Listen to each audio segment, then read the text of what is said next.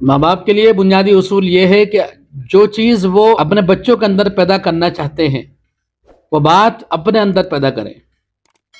مثال کے طور پر اگر وہ یہ چاہتے ہیں کہ ان کے بچے نمازی بنے تو ماں باپ کو پہلے خود نمازی بننا پڑے گا۔ اگر وہ بچوں سے یہ چاہتے ہیں کہ ان کے بچے جھگڑا نہ کریں تو ماں باپ کو آپس میں جھگڑا بند کرنا پڑے گا۔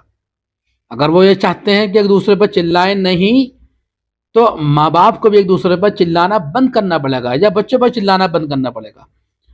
آپ دیکھیں گے تو آپ کو اندازہ ہوگا کہ بچوں کی عادت اخلاق اور انداز گفتگو اور ایٹیٹیوڈ میں 70-80% ماں باپ نظر آتے ہیں۔ ان کی چال ماں باپ کی طرح ہوگی، ان کی بول چال بھی ماں باپ کی طرح ہوگی، ان کا اٹھنا بیٹھنا، چلانا چیخنا، ہنسنا ہنسانا، یہ سب ماں باپ ہی کی طرح ہوگا۔